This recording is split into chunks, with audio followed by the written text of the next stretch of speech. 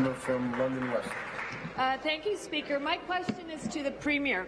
Speaker, with the release of the Sunshine List, Londoners were stunned to learn that the President of Western University made almost $1 million last year, more than double his annual salary.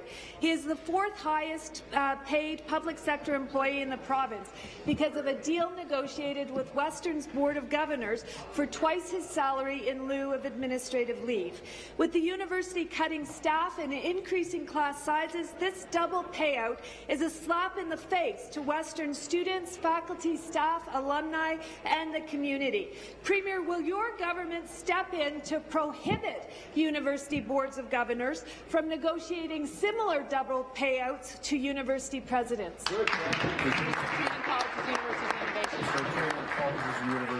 Thank you, Mr. Speaker, and thank you for the member for that question. Mr. Speaker, our government is committed to investing in our young people. That's why we have been investing heavily in our universities and colleges over the past 11 years, 12 years, Mr. Speaker.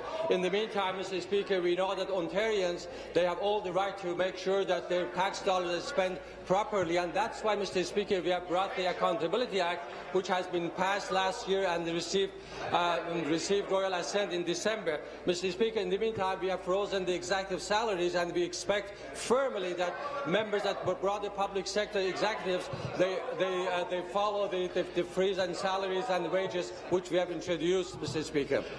Thank you. Supplementary. Speaker, the President of Western is not the only senior university administrator among the top 10.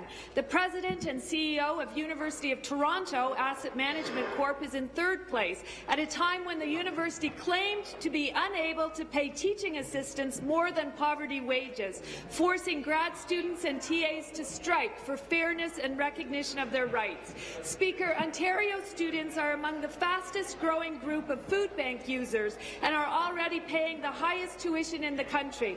They face planned year-over-year increases in tuition to make up the chronic shortfall in post-secondary education funding.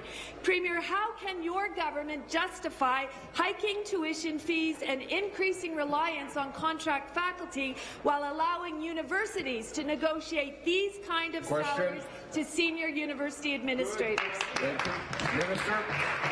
Mr. Speaker, as I said earlier, we have invested heavily in our universities and colleges, as well as we have invested in our students, Mr. Speaker. We have introduced 30% discount on tuition fee for our students, which has been a great success, Mr. Speaker. With regard to the specific question, Mr. Speaker, the President of the University of Western Ontario, he opted not taking administrative leave. That's why his salary has been increased.